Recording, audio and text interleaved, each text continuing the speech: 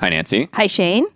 When I say extinction, what do you think of? Dinosaurs. What does anyone think of? Is that you? I would be shocked if someone had a different response to that question. No, that's what I think of. Well, in all fairness, so that's definitely part of it. But there's more to meets the eye, or I guess in this case, the ear, when it comes to extinctions. And so we're actually going to dig into that for our next series. So over the next 6 weeks, stay tuned for, more of the, let's say, classic extinction stories like the end of the dinosaurs. But spoiler, there's more to the story than just the asteroid. We're going to talk about the late Triassic, which led to said dinosaurs, and the Cambrian explosion, which is frankly kind of the opposite of an extinction. That's interesting. Okay. Seems like you're getting off track. Oh, wait. Okay. I'm still on track, but this might seem we might go a little far afield in this one. We're also going to dive into volcanoes. We're going to explore some extinct comets. And to end on it, we're going to talk about the end of the space station. And so we're going to have a little bit of preview of that coming up.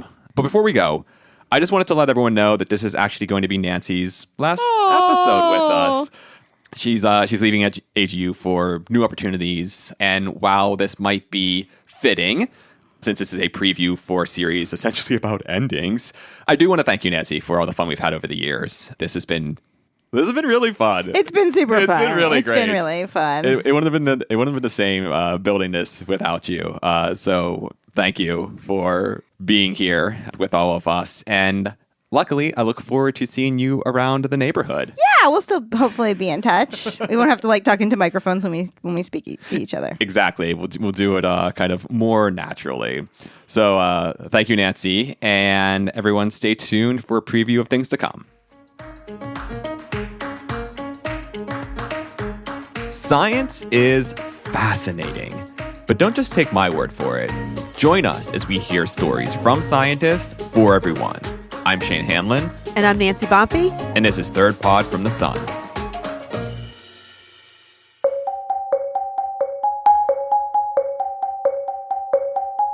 I'm David Moscato. And I'm Will Harris. And we are both paleontologists. We both got our masters in paleontology at East Tennessee State University together-ish several years ago. We have definitive evidence of a major asteroid impact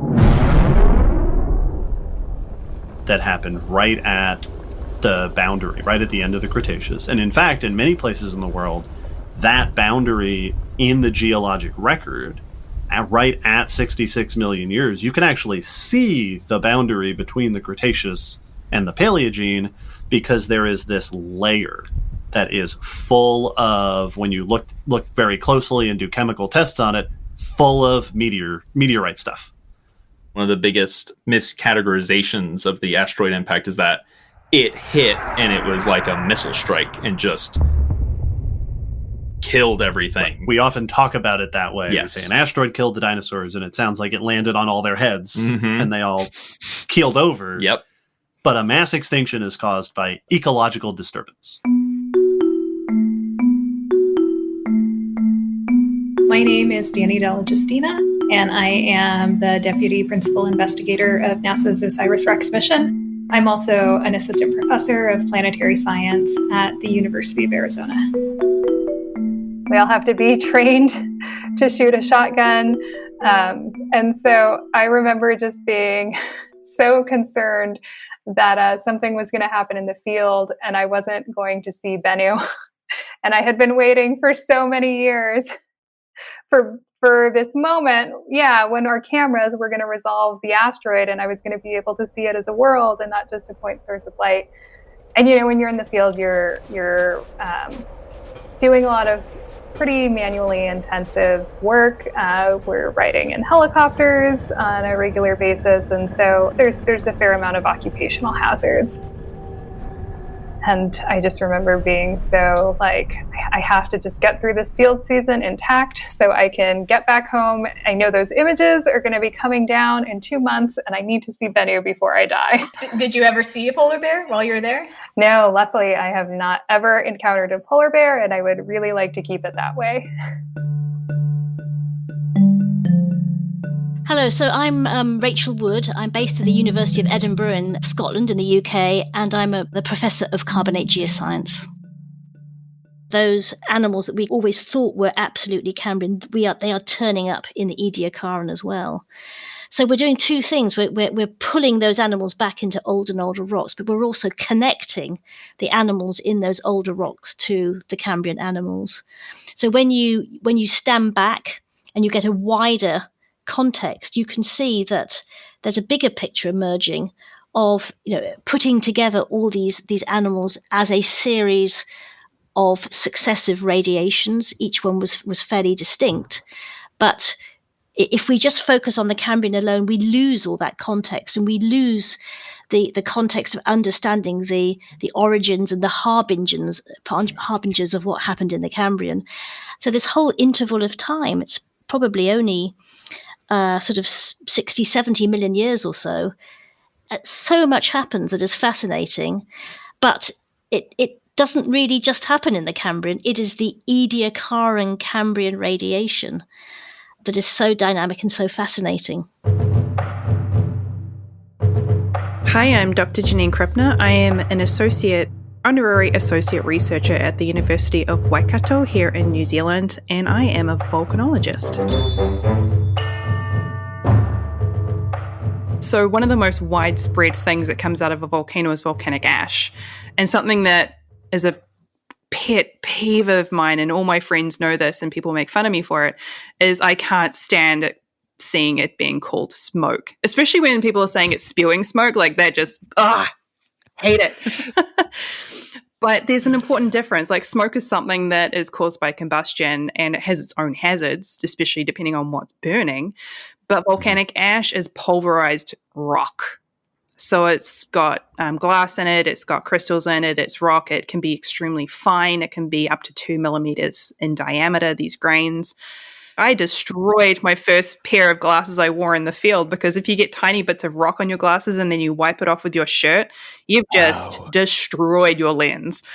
So cameras and all of that stuff, if you have ash in your car and you like wipe it off, and you don't want to be in an airplane in a volcanic ash plume either, because that can shut down your engines, whereas smoke generally won't do that as far as I'm aware.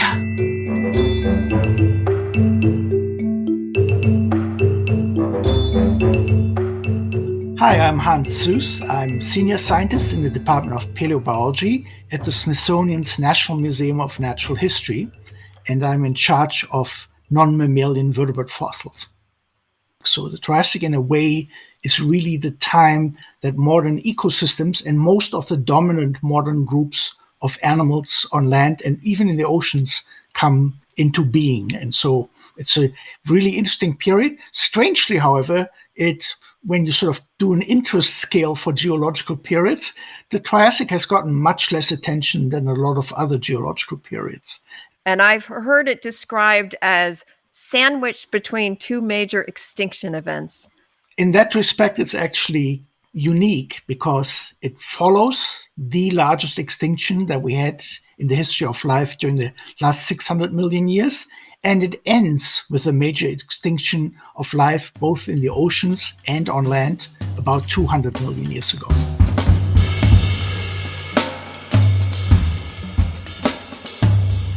My name is Justin Walsh. I am Associate Professor of Art History and Archaeology at Chapman University in Southern California. My primary research is archaeological. I've worked in the US, Spain, Jordan, and Italy on various digs. I have a current excavation in Spain, and I'm also the co-PI of the International Space Station Archaeological Project. So mostly you're hoping that your research work in the future will be used to help the next space station be that much better than the International Space Station is. Yeah, that's one aspect of it. And I would say that that's a really critical aspect of it, where we, even as unusual as this project is, another way, an additional way in which it's unusual is that we can have practical outcomes for the future. Not a lot of archaeology projects have that opportunity. But of course, then the other aspect of it, as you were getting towards with a previous question, is the fact that the space station won't be there anymore.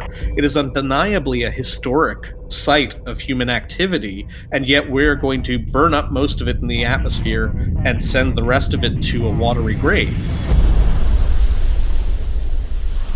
thousands of meters deep.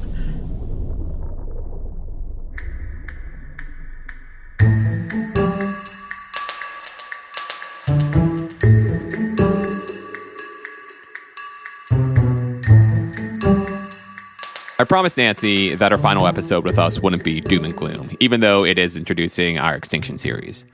I think I delivered, and I'm really looking forward to the next 6 weeks, and I hope you all are too. Special thanks to Collin Warren for audio engineering and our rotating cast of amazing producers, Katrina Jackson, Molly McGidd, Devin Reese, and Sarah Whitlock. We would love to hear your thoughts. Please rate and review this podcast, and you can always find new episodes on your favorite podcasting app or at thirdpodfromthesun.com. Thanks all, and we'll see you next week. Is that what you're asking me? That's what I'm asking you. Why? What if she talks about high stakes? Oh, because she says above that, she says, there are many ways to be a scientist, so focus on your strengths and round yourself out. And see, this is high stakes. Well, I can just throw something out there. I'll throw something out there. Nancy, I'm very happy for you, but I'm going to miss this. Okay.